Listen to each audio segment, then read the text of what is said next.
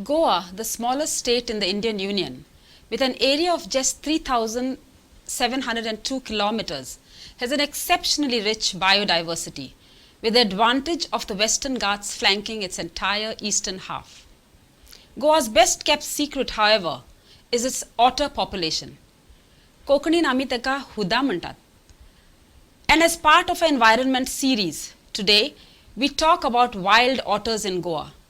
Few have even seen them, though there are over a few dozen families of smooth-coated otters and Asian small-clawed otters found in all riverine and mountain stream ecosystems, respectively, in Goa. Both rapid industrialization and human intervention have threatened their natural habitats. The smooth-coated otters have been classified as vulnerable on the red list of the International Union for Conservation of Nature. We breathe a sigh of relief as these otters in Goa have now found a savior in wild otters research based on the island of Shorao. I'm delighted to present to you the people behind this initiative to conserve and help us understand more about these shy, elusive, and delightful mammals. Dr. Katrina Fernandez is the director and ecologist at the Wild Otters Research. She is interested in communicating conservation issues and science to the public and engaging people in participatory approaches to conservation. She has experience working as an ecologist in Africa, Asia, and Australia, and is a full member of the IUCN SEC Otter Specialist Group. Mr. Kshitij Garg is as Director and Chief of Communication at Wild Otters Research, looks after outreach, education, and developing programs for schools. Welcome to the program, Dr. Katrina Fernandez and Mr. Kshitij Garg. So, where do you find otters in Goa? So otters are found in a large variety of ecosystems in Goa. They are found in riverine ecosystems as well as along the coastal areas. They're in the Mampsa River, the Mandovi River, the Zuari, and of course also in estuarine ecosystems, the island complex of Vashi and Diwar and Shorao as well. So yeah, they're everywhere. All right. So what exactly is the kind of work that you do at Wild Otters Research? So at Wild Otters, we essentially focus on three things primarily. Research happens to be the core of what we do, which is running a bunch of research projects on otters, and recently we have forayed into some other species as well, like crocodiles, bats, porcupines. So basis need, we design our research projects, and we work on education and outreach, so developing programs for different audiences, as well as outreach things which could include things like doing some sort of engagement with local communities. Okay, so when you talk of research, what is the specific area of research that you are presently engaged in? So as the name suggests of our organization, Wild Otters was predominantly working on smooth-coated otters in Goa, and so we have a range of projects going in that regard. So we are trying to understand how the smooth-coated otter is adapting to estuarine and coastal environments, what their prey base might be, what their reproductive behaviors are, what their den usage patterns are. More importantly, coastal environments across this country have a lot of human-dominated and human-modified landscapes. So this species in particular is coexisting with humans in human spaces. So trying to understand, how that adaptation is happening, how they are managing to coexist, and how long, at what level, at what line that coexistence cannot go beyond. And apart from that, we are also focusing on other species. So I am interested in community ecology, and I believe that you need to understand the entire ecosystem, not just a singular species. So trying to understand all the species that are on Shorao and how they are also managing to coexist in human-dominated landscapes. All right. So you also mentioned one of the areas is education. So what is the educational work that you do? So in terms of education, programs could range from very small duration programs, which is educating a very general audience. It could range from 4 hours to we do design programs for up to 4 months to 8 months. We work with schools in creating wildlife curriculum for them. We create workshops from them, which could range from again a day or to 3 days, as well as we are working with an organization for autistic children. We are working with other schools which promote this sort of alternate learning schemes. We also are trying to train students in universities as well as professors who are need of these field skills. All right. Yeah. And outreach? So in terms What of does it- outreach, so outreach is more varied. We are in touch with the local governments, the local panchayat, in terms of engaging with them by doing mangrove cleanups, for instance. Then we are also looking at ways in which our research can directly involve and contribute to policy and planning, because there are a lot of interesting things that come out of our research in terms of, let's say, what kind of habitat changes otters can adapt to, what changes they can't adapt to. Now all of this, if it is not utilized at the end of the day anywhere, it's not contributing to their conservation work at all. These might just be written in papers and may not And remain lead to, there. which is where we want to consciously take this in a meaningful way to the local government and help them and see if it can be made a part of planning. So, but what has been largely your experience working with government officials? Like, how have they? Well, it's actually surprisingly been very pleasant, and I say surprisingly because sometimes people say that government is slow and there is bureaucracy in it.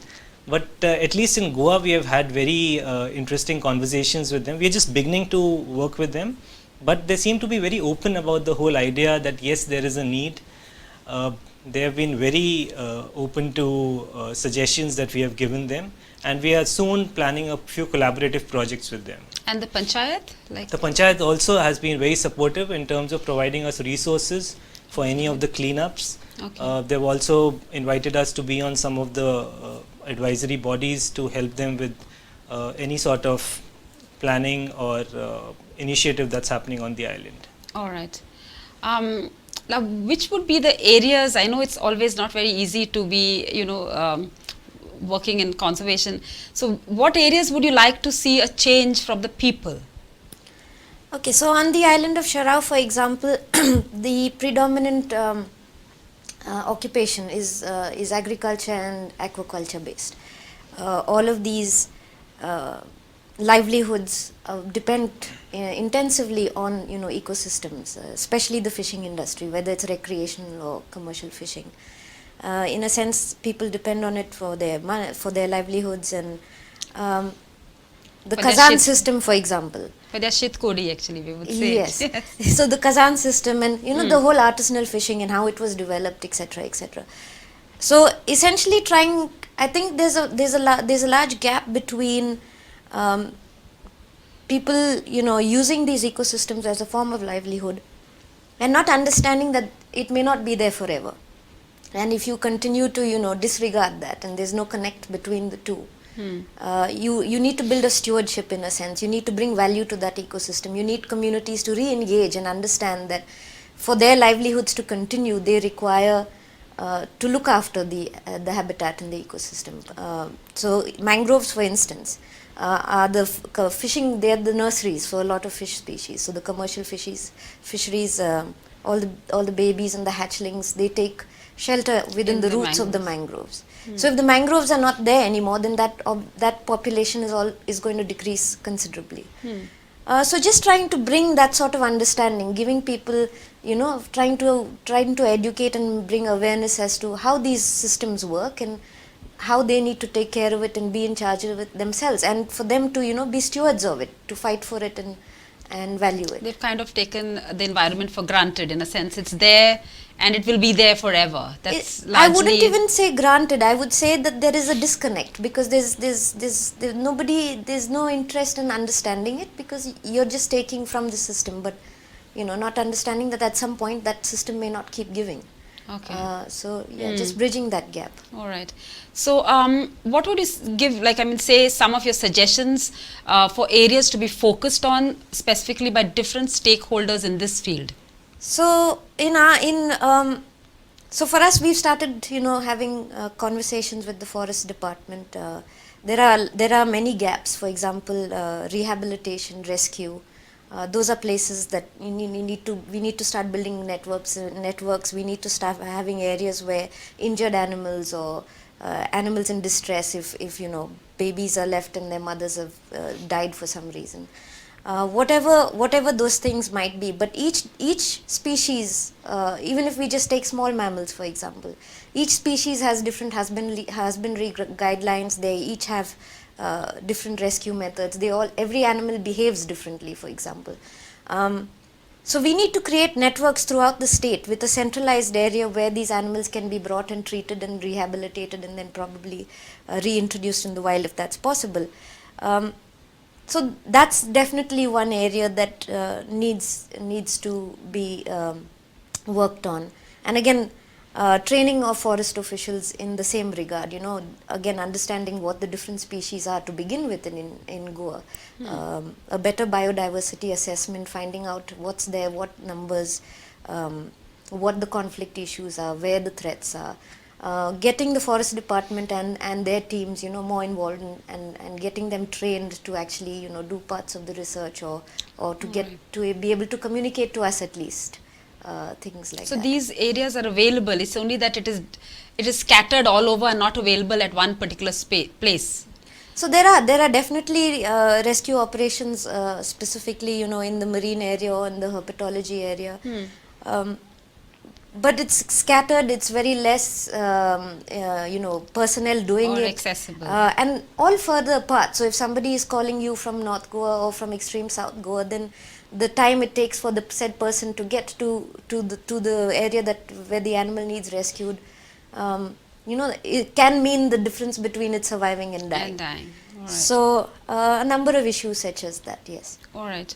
Now, in terms of rescue, I've also heard that stray dogs are quite a threat to otters and your rescue and your work in conservation. So is that really one area that you think is a threat to? Certainly. So we do use camera traps a lot to collect most of our data. We place them in front of den sites and things like that.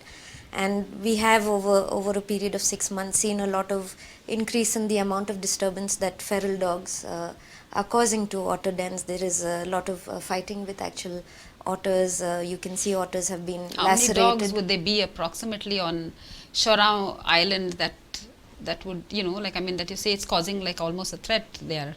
So according to sources at the panchayat, this is somewhere around 200 dogs. What happens with the island is we think people are just leaving dogs on the island and then they have no way of dispersing, and then of course none of them have been neutered or spayed, which there's just a increase constantly, and every corner you turn there are puppies and then more puppies and more puppies, and it just continues down that road.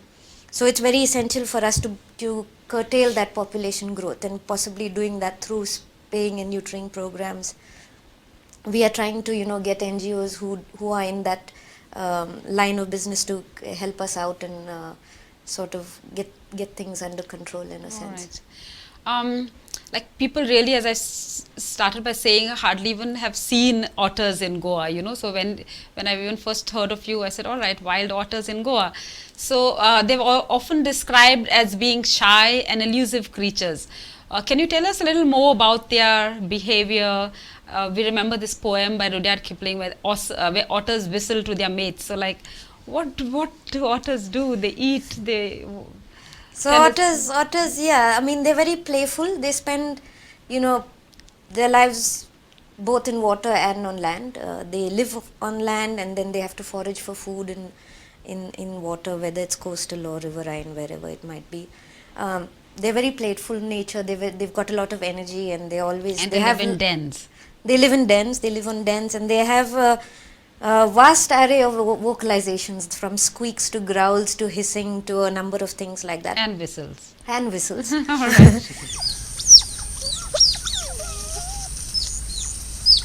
They live in a social structure. They have a social family structure with a hierarchy, and then they can have between 1 to 6 pups at a time. Usually it's averaging at 2, and then these families grow. The largest I've actually ever seen is about 28 individuals in one family. Wow. All right. But of course on Sharau that's not the case. The largest family I've seen is actually 6 individuals, and that's got to do with territories and the size of the island and things like that. But essentially, yes, they are rather elusive. They are active based on what their prey species are doing. So based on what they're eating is how their activity patterns work. All right. So on Sharau you see them early in the morning, late in the evening. And other very parts of their range you might see them only at night, and All right. some other So, parts maybe only during the day. So it's variable. different. And if you don't know what you're looking for, you definitely will not Wouldn't even even see see that they're them. there. Yes. So we got to see them. We got to come largely Sharau. It's where there's a large, at least, number of otters there. Well, I wouldn't say a large number of otters, but there is a family. There are 4 or 5 families on the island that Specifically, we are Sharau. trying to monitor their movements and understand All their right. behaviors. Yes. It was distressing to note about this illegal wildlife trade, which still continues in a sense despite acts and laws. So, what is the state of otters in the illegal wildlife trade? So the illegal wildlife trade has 2 factors to it. So there's the actual wildlife trade, that is the pet trade, which is the live trade in otters, and then of course in body parts and furs and pelts and things like that. The pelt trade was extensive for a period of time, and that is kind of now curtailed, but the pet trade is on the rise. So we have things such as otter cafes in Japan that are currently functioning, where you can actually go in and order a cappuccino and find and then get to pet otters. That is predominantly the small clawed otter and sometimes the smooth coated otter that we find in that trade. They call them otter Cafe. pet cafes, otter Yeah, cafes. otter Is this cafes. only in Japan or any other? Right now it has been sensationalized mostly in Japan. but there are possibly in other parts of the world. Where do they source these otters from? They are predominantly now coming from Southeast Asia. They're going in through from Indonesia, Malaysia and Thailand. Those are the routes that where confiscations are tending to be happening the most. We don't have any reports that live otters are coming out of India as yet, but again it's all dependent on the enforcement agencies and what is actually being caught as it goes through. All right. Now I'm quite sure a lot of viewers would want to know whether one can actually make a career in wildlife conservation. Like you'll have pretty much dedicated your life to saving otters and now extending to porcupines and bats and other smaller mammals. So can one make a career in wildlife conservation? I would have to absolutely say yes to that. It is demanding. I don't take that away from it. It's a very different type of lifestyle. It's predominantly outdoors. It's got a lot of risk associated with it, but it's also extremely fun, and no 2 days are ever the same. So yes, it is an incredible journey to take and to do, and I really encourage people who even thinking of doing this, even if you want to experience it for a short period of time, get in touch with Wild Otters and you can do that. I would add a few things here. So that Yes. when you think about a career in wildlife, sometimes you think only about a few things in terms of, hey, you have to be outdoors all the time. You have to either be a researcher or you have to be maybe a guide or something of that. So, but there are a bunch of things that individuals can do. I don't come from a ecology background myself.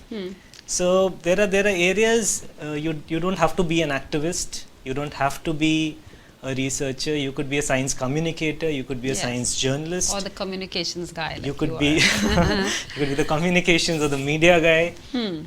You could be someone who's a forest ranger.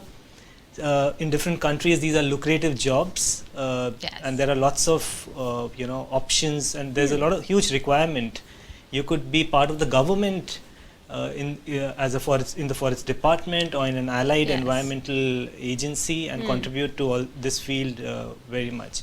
And these are some of the skills, are some things that you can pick up over time. All right. It doesn't have to be research and knowing the ecology of the animal for actively contributing to conservation. All right. Can you tell us a little more about the volunteering? Because there would be people perhaps who would like to volunteer. So, what is the options at your at Wild Otters research that you all can offer to people in Goa, students perhaps, or just people interested? So we have a lovely field base on Sharao. Okay. Pretty much volunteering is typically a short program where people can come for 1, 2 or 3 days, speak to our researchers, go on a few field visits, understand what an ecosystem looks like, what an otter habitat looks like. So for a few days also they could... Absolutely. This is a very short program for somebody who does not have time of 3 weeks. This Yes. is not a career that they are looking at. But they just want to know, hey, what is this field? What do these wildlife researchers do all day? Do they just sit and stare at otters? I mean, what's going on behind there? What is the sort of data they are collecting? All right. And does this data actually translate into something useful? Yes. Is it just a fancy field? Because people get enchanted with this field very easily. So it is important that they get a flavor of what is it that these guys do behind the scenes. And this is what volunteers are exposed to. Okay, so 3 to 4 days, and then what would be also like a little more intense thing that you all can offer to volunteers or people? Yeah, so there's a small training curve in this. They have to get a little bit of a hang of the research techniques that are used. But once that is used, we have an internship program where they can come for about 2 or 3 weeks. Also. And then actually contribute to the research, actually gather data from the field which directly supplants our research, and some data analysis happens and they actually get some results out of it. And to get a certificate at the end of it? Absolutely. All right. So does the future look bleak or does it look good for you? Well, for us, I'll comment. Maybe Katrina can talk about she can for also Otters. tell her. It's a very challenging field to run an organization in. There is, in a typical company setup, you are fulfilling somebody's needs, which is actually helping you monetize it. So you're doing a service, and in return for the service, you get paid for it. Now, when you're working in a field like wildlife, it's not clear. It's not the otters are not going to sort of come and pay us, which is why most organizations in this field tend to be non-profits. Now we are not a not-for-profit because we wanted to see if there's a viable way we can sustain ourselves, so that we are not since our projects go on for like 2 to 5 years, we don't want to be worried about money every 6 months down the line. Yeah. To begin with, it is a challenging field. Yes. Okay, it is not, ecology or wildlife is not an area where there's a clear way to monetize the organization. And this happens simply because you're actually working for the environment or for wildlife who are not paying you in return for doing that work. Which is why we have to find other routes to fund ourselves, which is our education arm, which is our outreach arm. But that said, we are over time becoming more confident of our work. We have streamlined our processes in a way that, yes, we have developed these programs and we are getting more confident at making a viable business model in this field. Absolutely. All right. What would you say, Dr. Katrina? I think in terms of actual wildlife, and I know everybody paints a bleak picture for the future, and that species are in decline and populations are slowing down. But in terms of the smooth-coated otter, I have seen so much variability and adaptability, and in a sense that is positive for me, because if they are able to adapt in a human-dominated landscape, and if I feel that in the future, if we can just maintain what we're at currently or improve what we are at currently, give them also the opportunity to coexist and do development in human activities in such a way that we are considerate of the fact that they are also in the habitat that we are living in. I think there is a positive future ahead. Oh, that's Definitely. nice to hear. I mean, otherwise everyone really, as you say, tends to paint such a bleak picture. So, yes, and like a positive future from both of you sounds very good. Do you have any specific message for our viewers today who are watching this show? Absolutely. So, I would begin with, I'd probably divide this answer into 3 parts. Let me begin. The first thing is just be more observant of things around you. Sometimes we think we need to know a lot about animals, about birds to even start observing. Just start with observing the crow around your house. You know, you Okay. don't have to go to a pristine environment and begin anyway. Look at the dog, look at its behavior, look at human behavior. You start appreciating what they are feeling, what they are thinking, how they are moving. And in our fast-paced world, this is something that is missed. You start appreciating these creatures to begin with. Second thing is learn a skill. Pick up one skill which is wildlife related, you know, maybe some very small skill of IDing insects, of IDing birds, of understanding animal behavior. And there are organizations such as ours, and there are lots of other organizations. You can write to any scientist if you have a doubt. You can write to us if you have any doubt. Begin by, you know, learning this one skill which will really help you go slightly deeper in what you in a particular animal or in a plant or anything related to the environment that you're interested in. And third is the point that we've already discussed. Most people, unfortunately, when they talk of the environment today, you look at the newspapers, you look anywhere else, it's a very, very doomsday picture that everyone is painting. Yes. Have fun with the environment. Enjoy the environment. You know, we live in it, we live with it. Yes. So don't feel all the time agitated about it. It is something we should take pleasure out of. We should feel good about having what we have, and then we will start actually feeling like doing something about it. All right. You, Dr. Katrina, maybe just a few words. I agree to everything that Kshitij said. Absolutely. I think if you get more involved in your surroundings and what you have around you, you will start seeing value in it, and that's what will help us protect the habitats that we live in. All right. So thank you so much, Dr. Katrina Fernandez and Kshitij Garg, for sharing your knowledge and plans for otter conservation in Goa. And specifically to you, Kshitij, I hear that you have a wish to someday write a screenplay for a web series. That's what your blog says. So we hope your dreams come true. Thank you. We thank you also CCR TV for giving us this opportunity to talk and share about otters in Goa and its conservation. If any of you wishes to volunteer at Wild Otters Research Shorround Goa or know more about them or contribute to their work, you can check them out at wildotters.com or call on 8879335165. Thank you.